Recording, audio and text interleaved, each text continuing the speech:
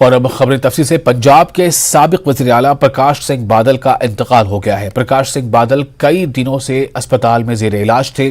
बादल मोहाली के फोर्टिस अस्पताल में भर्ती थे, वहीं उन्होंने आखिरी सांसें ली। प्रकाश सिंह बादल की उम्र 95 बरस थी। वो पंजाब के 5 बार वज़ीर आला रह चुके थे।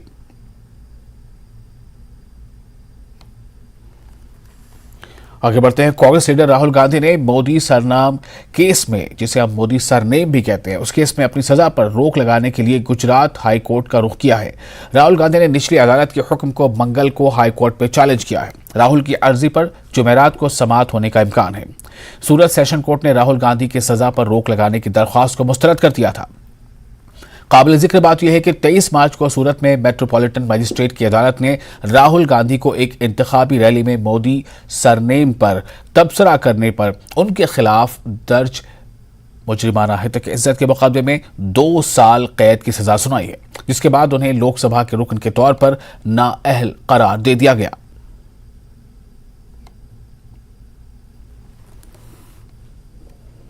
दिल्ली के साबिक डिप्टी सीएम मनीष सिसोदिया की मुश्किलात बढ़ती जा रही हैं। अब पहली बार सिसोदिया का नाम शराब पॉलिसी मामले में सीबीआई के चार्जशीट में दर्ज किया गया है।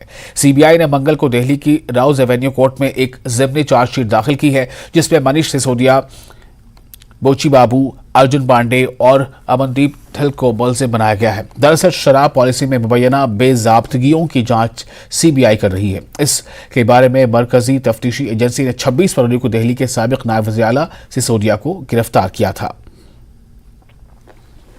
वो कट्टर ईमानदार बोलने वाले लोग कल तक तो ये कहते थे कि मनीष सिसोदिया का नाम नहीं है चार्जशीट के अंदर, इसलिए वो कट्टर ईमानदार है। अब तो वो उनका चार्जशीट में नाम भी आ गया है। बेल उनको मिल नहीं रही है, और ना सिर्फ उनको बेल नहीं मिल रही है, बल्कि जो उनके साथी थे इस घोटाले के अंदर, उनको भी बेल नहीं मिल रही है। वज़ीर आज़म नरेंद्र मोदी ने तिरुवनंतपुरम में डिजिटल साइंस पार्क का संग बुनियाद रखा और कोच्चि वाटर मेट्रो और मुख्तलिफ प्रोजेक्टों का इफ्तिताह और संग बुनियाद रखा। पीएम मोदी ने इस मौके पर कहा कि केरला बहुत बाशऊर, ज़हीन और तालीम याफ्ता लोगों की रियासत है। यहाँ के लोगों की ताकत, आजिज़ी, मेहनत इनकी एक मुनफरिद पहचान बनाती है। आप सब मुल्क और बैरून मुल्क के हालात से बखूबी वाकिफ हैं। आज केरल को पहली वंदे भारत ट्रेन मिली है। आज कोच्चि को वाटर मेट्रो का तोहफा मिला है। कनेक्टिविटी के साथ साथ आज केरल की तरक्की से मुतालिक कई दूसरे प्रोजेक्टों का इफ्तिताह और संग बुनियाद रखा गया है। कुछ दिन पहले ही मलयाली नववर्ष शुरू हुआ है। आपने बहुत उत्साह और उमंग के साथ विशु उत्सव मनाया है। मैं एक बार फिर आप सभी को बहुत बहुत शुभकामनाएं देता हूं। मुझे बहुत खुशी है कि उल्लास के इस माहौल में मुझे केरला के विकास के उत्सव से जुड़ने का मौका मिला है। आज केरला को अपनी पहली वंदे भारत ट्रेन मिली है। आज कोच्चि को वाटर मेट्रो की नई सौगात मिली है। रेलवे से जुड़े अनेक प्रोजेक्ट्स मिले हैं। कनेक्टिविटी के साथ साथ आज केरला के विकास से जुड़े और भी प्रोजेक्ट्स का लोकार्पण और शिलान्यास हुआ है। विकास के इन सभी प्रोजेक्ट्स के लिए केरला के लोगों को बहुत बहुत बधाई। भाइयों और बहनों, केरला बहुत ही जागरूक, समझदार और शिक्षित लोगों का प्रदेश है। यहां के लोगों का सामर्थ्य, यहां के लोगों की विनम्रता, उनका परिश्रम उनकी एक विशिष्ट पहचान बनाता है।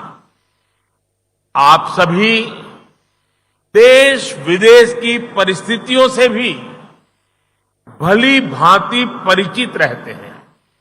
इसलिए आज आप ये भी भली भांति जानते हैं कि दुनिया भर के देशों में क्या हालत है, उनकी अर्थव्यवस्था किस स्थिति से गुजर रही है, इन वैश्विक हालातों के बीच भी दुनिया भारत को विकास का वाइब्रेंट स्पॉट मान रही है।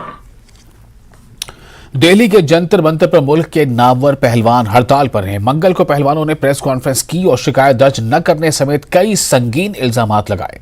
रेसलर्स ने रेसलिंग फेडरेशन ऑफ इंडिया के सरबराह बृज भूषण शरण सिंह के खिलाफ जिनसी हिरासानी के इल्जामात पर कार्रवाई का मुतालबा किया है। दिल्ली में पहलवानों के एहतजाज में हरियाणा के साबिक वज़ीर-ए-आला भूपेंद्र सिंह हुड्डा और दीगर रहनुमा भी शामिल हुए। ओलंपियन पहलवान बजरंग पुनिया ने कहा कि मुझे नहीं मालूम कि पुलिस एफआईआर क्यों दर्ज नहीं कर रही है। सुप्रीम कोर्ट पर हमारा एतमाद मजीद बढ़ गया है। हम दिल की गहराइयों से सुप्रीम कोर्ट का शुक्रिया अदा करते हैं। हमारे स्टेज पर सबका इस्तकबाल है।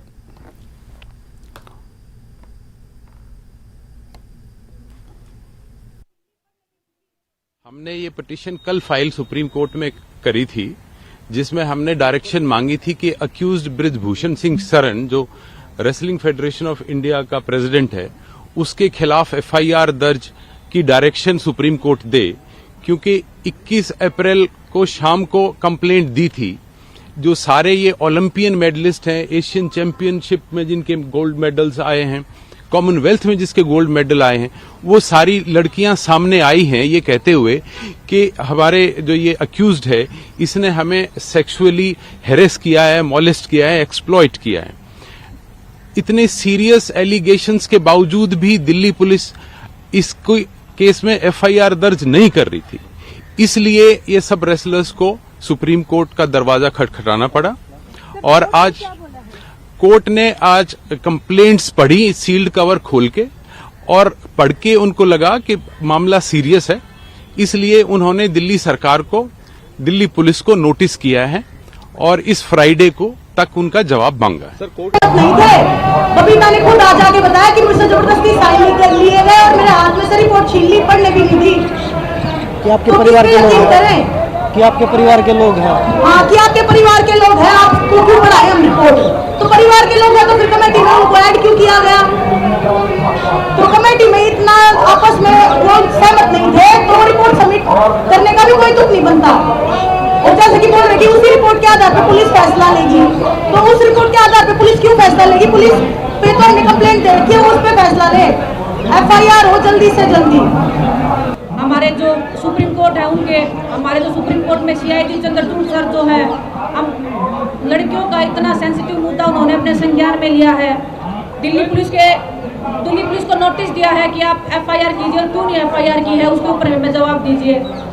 उत्तर भारत की सभी खाप पंचायतें इन खिलाड़ियों के साथ हैं, क्योंकि जिस तरीके से इन खिलाड़ियों के साथ ये घटनाक्रम पिछले 3 महीने से चल रहा है, कहीं ना कहीं बड़ा दुर्भाग्यपूर्ण है। ये वही खिलाड़ी हैं जो अंतर्राष्ट्रीय लेवल पर देश का नाम रोशन करते हैं और सभी किसान परिवार से हैं। तो खाप पंचायतों ने फैसला लिया है कि जब तक ये लड़ाई चलेगी, सभी खाप पंचायतें इन खिलाड़ियों के साथ मजबूती से। कर्नाटक में असेंबली इंतखाबात की मुहिम उरूज पर है। आज बीजेपी और कांग्रेस के बड़े चेहरे इंतखाबी मुहिम में नजर आए। यादगिरी शहर में मरकजी वजीर दाखिला अमित शाह ने रोड शो के जरिए बीजेपी उम्मीदवारों के हक में मुहिम चलाई। दूसरी जानिब प्रियंका गांधी ने चामराजनगर में आदिवासी, दलित और पसमानदा तबकात के इजलास में हिस्सा लिया और इसके अलावा प्रियंका गांधी भी रोड शो में शामिल रहीं।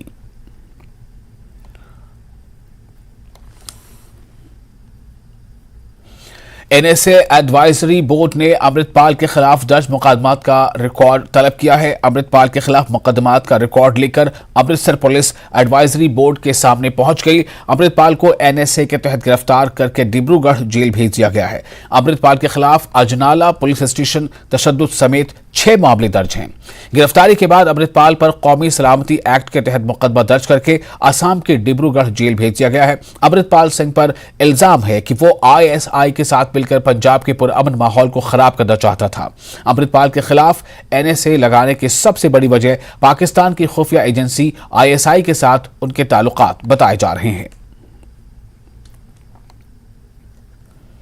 फिलहाल एक छोटा सा ब्रेक लेते हैं, जल्द हाजिर होंगे।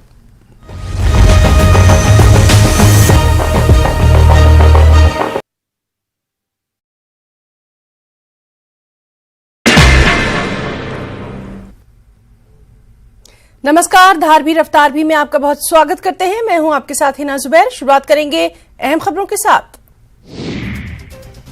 भगोड़ा अमृतपाल पकड़ा गया। पंजाब के मोगा से पकड़ा गया है अमृतपाल को पुलिस ने जबरन सरेंडर करवाया। अजनाला कांड के बाद से फरार था अमृतपाल। 18 मार्च से फरार था अमृतपाल सिंह। पुंछ हमले के शोधा को आखिरी अलविदा। पंजाब के शहीद कुलवंत सिंह, शहीद हरिकिशन सिंह, शहीद सेवक सिंह के आखिरी सफर में उमड़ी लोगों की भीड़। पूरी उड़ीसा में शहीद देबाशीष की आखिरी रसूमात। पुंछ हमले के बाद सिक्योरिटी के पेश नजर मीटिंग्स का दौर जारी। बीएसएफ के डीजी और दीगर अफसरान ने किया हमले की जगह का दौरा। जम्मू कश्मीर में बढ़ाई गई है security. Lieutenant general Upendra Dwivedi ने किया पुंछ का दौरा। दहशतगर्दों के हमले की जगह का किया तफसीली मुआयना। फौज ने अब तक की गई कार्रवाई की दी जानकारी।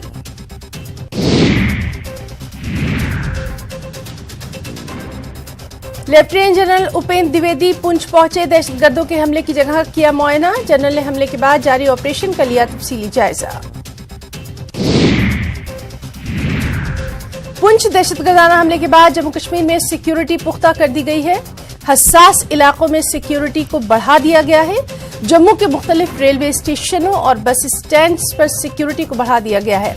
हसास मुकामात पर इजाफी दस्तों की नफरी को तैनात किया गया है। सांबा पुलिस ने 2 कुख्यात अपराधियों को गिरफ्तार किया है। कई मामलों में वांटेड थे ये आरोपी विनय सिंह और प्रीतम सिंह। संकूट पंचायत में नहीं मनाई गई ईद उल फित्र। बहादुरों के सोग के तौर पर धूमधाम से नहीं मनाई गई ईद। भारतीय फौज के साथ इजहार यकजहती का फैसला। मुल्क भर में ईद उल फित्र मजहबी जोश और जज्बे के साथ मनाई गई। फर्जंदान तौहीद की बड़ी तादाद ने नमाज ईद में की शिरकत। लोगों ने एक दूसरे से गले मिलकर एक दूसरे को दी ईद की मुबारकबाद।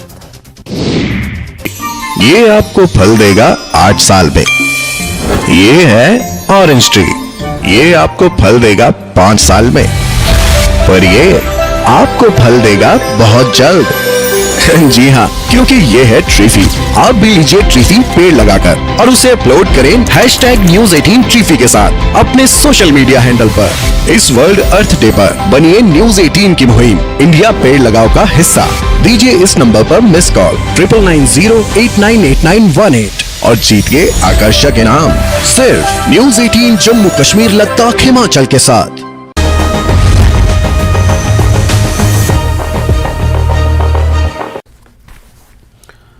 ब्रेक के बाद एक बार फिर आपका स्वागत है। आप देख रहे हैं न्यूज़ 18 JKLS पर देश प्रदेश। शंकराचार्य की जयंती आज मनाई जा रही है। श्रीनगर के तारीखी शंकराचार्य मंदिर में बड़ी तादाद में अकीदतमंदों ने खुसूसी पूजा में हिस्सा लिया।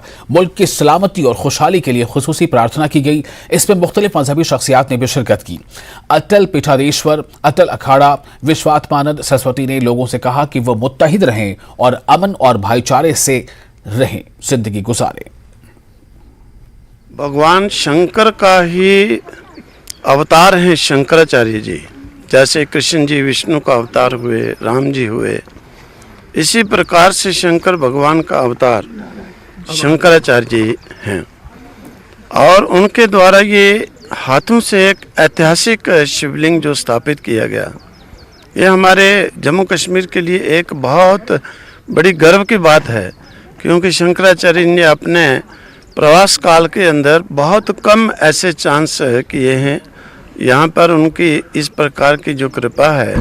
लेकिन हमारे बहुत से समय से इसे ना तो विस्तृत किया गया, ना लोगों तक पहुँचाया गया। आज एक सूत्र में पूरे विश्व के हर धर्म, हर समाज, हर पंथ को बांधने वाले जो अद्वैत सिद्धांत के प्रवर्तक हैं, वो आदिगुरु शंकराचार्य हैं।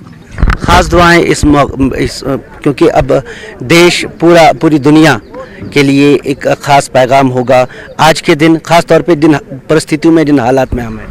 मैं तो इस तरह से परमात्मा से भी ये दुआ करते हैं कि आपस में सभी धर्मों की जो विषमता, बैर भाव थोड़ा थोड़ा जो प्रकट हो रहा है, आज के दिन भगवान शंकर के अवतार स्वरूप शंकराचार्य जी की कृपा से ये वैर भाव विषमता खत्म होगी ही होगी, निश्चित होगी। सभी एक बड़े प्रेम, बड़े उत्साह, बड़ी शांति का अनुभव करेंगे। भगवत्पाद शंकराचार्य जी के अवतार दिवस को मना रहे हैं।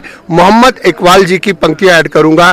सारे यहाँ से अच्छा हिंदुस्तान हमारा, हम बुलबुलें हैं इसकी, ये गुलसिता हमारा। मजहब नहीं सिखाता किसी से वैर रखना, हिंदी है हम वतन है हिंदुस्तान हमारा। जुनान मिश्र और रोमा सब मिट गए जहाँ से, कुछ बात है कि ऐसी हस्ती मिटती नहीं हमारी। और बात वही है कि हमारे पैगंबरों ने, हमारे आचार्यों ने एकता का, अद्वैत का पाठ पढ़ाया, बांटने का कोई पाठ नहीं पढ़ाया, और उस पर हम चलें। विश्व शांति हो, यही मेरी शुभकामनाएं और बधाई। बहुत अच्छा है, आज उनका जन्मदिन है, हम लोग आए, हम लोग बहुत खुश हो गए और सबके लिए दुआ भी मांग ली, उनका आशीर्वाद भी मिला। इधर नीचे बड़े बाबा है, उनका भी दर्शन मिला नीचे, और बहुत अच्छा लगा। ये मेरा दूसरा टाइम है इधर आने के लिए। बहुत पुण्य की बात है, और मैं सभी अपने फैमिली को उधर, फैमिली के लिए और मेरे लिए भी हाथ पैर अच्छे रहे और बढ़िया, सब दुनिया में भी कश्मीर के लोग भी बहुत अच्छा है, यहाँ टूरिस्ट आए जाए और प्रगति हो जाए, सब अच्छा हो जाए, सब ये भगवान से मेरी दुआ की है। सबको पहला अच्छा रखने दो, बाद में मेरे को, बस इतना ही है और कुछ नहीं है। बस बहुत अच्छा लगा इधर आके मेरे को, मैं सपने में भी नहीं देखा मैं इधर तक आई बोल के, ऐसा बहुत अच्छा लगा मेरे को। लोग यहाँ पे आते हैं, जैसे कि यहाँ पे बाहर से, जहाँ पे आदि शंकराचार्य का जन्म हुआ था, वहाँ से पंडित लोग आए हैं, कुछ संत लोग आए हैं, जिन्होंने आज आके यहाँ पे हवन किया और पूजा पाठ किया, पूरे विश्व की शांति के लिए, सबकी शांति के लिए दुआएं की यहाँ पे, और अच्छी तरह से पूजा पाठ की। और श्रद्धालुओं का आना जाना भी काफ़ी रहा, आज सुबह से भीड़ रही। मजहब नहीं सिखाता आपस में बैर रखना, हिंदी है हम वतन है हिंदुस्तान हमारा। मुल्क के लिए शांति, खुशहाली और एकता के पैगाम और दुआओं के साथ, प्रेयर्स के साथ ये प्रोग्राम आज यहाँ पे हुआ शंकराचार्य से, और ये पैगाम पूरे मुल्क में जाए कि एकता में, एक दूसरे के साथ में ही खुशहाली है। अयूब खान के साथ शबीर अहमद, न्यूज़ 18 श्रीनगर। और आगे बढ़ते हैं, न ही इलेक्शन कमीशन और न ही मरकजी हुकूमत जम्मू कश्मीर में असेंबली इंतखाबात के इनेकाद के बारे में कोई इशारा दे रही है। यहां तक कि जम्मू कश्मीर के चीफ इलेक्टोरल ऑफिसर ने भी कहा है कि वो जम्मू कश्मीर में 3 इंतखाबात के इनेकाद की तैयारी कर रहे हैं, जिनमें असेंबली इंतखाबात शामिल नहीं है। अपोजिशन जमातों को अब एक बार फिर बीजेपी की ज़रिए क़यादत मरकजी हुकूमत को निशाना बनाने का मौका मिला है, और बीजेपी भी अब इस मामले पर दिफाई अंदाज में नजर आ रही है। पेश है हमारे नुमाइंदे समीर भट्ट की यह खास रिपोर्ट।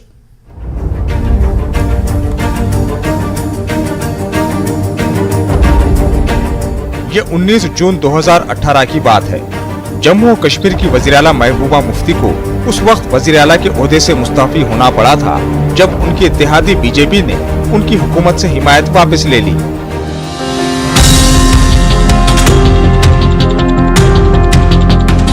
जम्मू और कश्मीर को तकरीबन 5 साल हो चुके हैं और यहाँ कोई अवामी हुकूमत नहीं है। सियासी जमातों, बिलखुसूस अपोजिशन जमातों की जानिब से काफी अरसे से असेंबली इंतखाबात के इनेकाद का मुतालिबा किया जा रहा है, लेकिन ऐसा लगता है कि इलेक्शन कमीशन जल्द असेंबली इंतखाबात कराने के मूड में नहीं है। ये इशारा जम्मू कश्मीर के चीफ इलेक्टोरल ऑफिसर पीके पोली की तरफ से मिला है। न्यूज़ 18 के साथ एक खुसूसी इंटरव्यू में पोले ने कहा कि वो 3 इंतखाबात के इनेकाद के लिए तमाम तैयारियां कर रहे हैं, जिसमें म्युनिसिपल इंतखाबात, पंचायत इंतखाबात और 2024 के लोकसभा इंतखाबात शामिल हैं।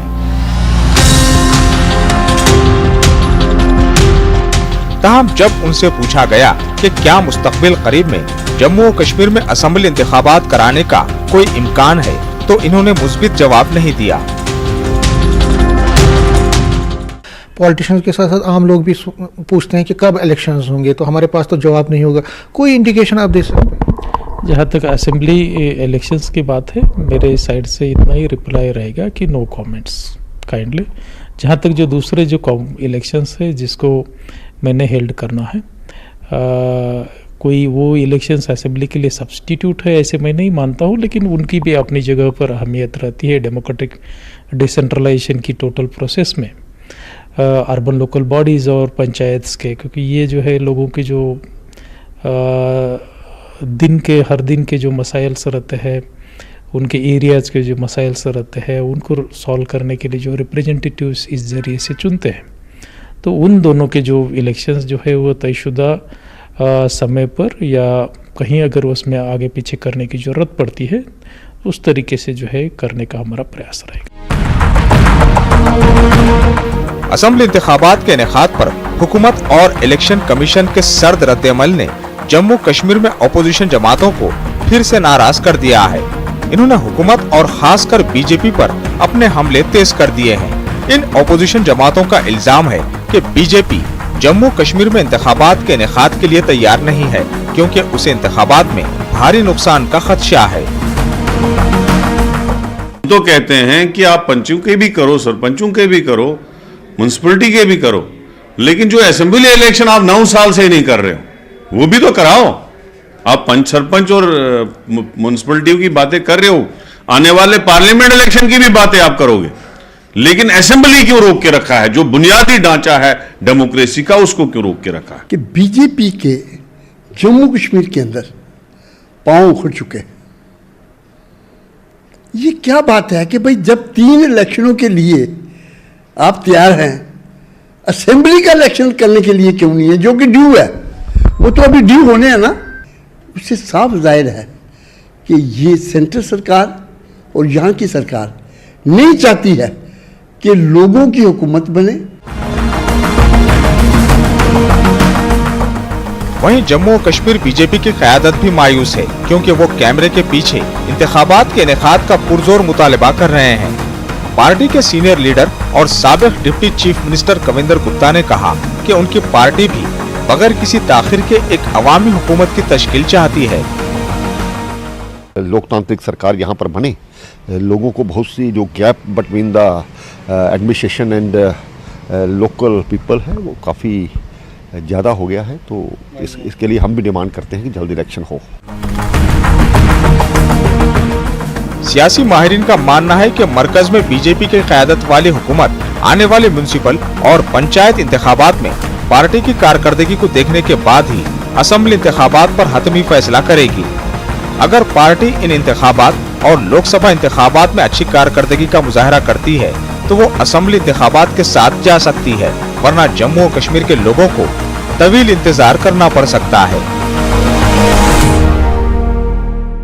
लेकिन जो इंडिकेशंस आ रहे हैं उसके मुताबिक सरकार फ़िलहाल यहाँ पे असेंबली इलेक्शन के बजाय म्यूनिसिपल पोल्स और लोकल बॉडीज़ के इलेक्शन करवाना चाहती है, और अगले साल जो पार्लियामेंट इलेक्शंस होने वाले हैं उसके लिए तैयारी कर रही है। ऐसे में पॉलिटिकल पार्टीज़ भी बहुत डिसअपॉइंटेड हैं, आम लोग भी डिसअपॉइंटेड हैं, और सभी ये लोग चाहते हैं कि सरकार अगर 3 इलेक्शन करवा रही है तो एक और इलेक्शन जो कि असेंबली इलेक्शंस हैं वो क्यों नहीं करवा रही है।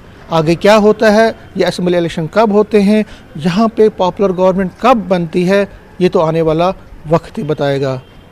कैमरामैन चांद के साथ में समीर भट्ट, न्यूज़ 18 जम्मू।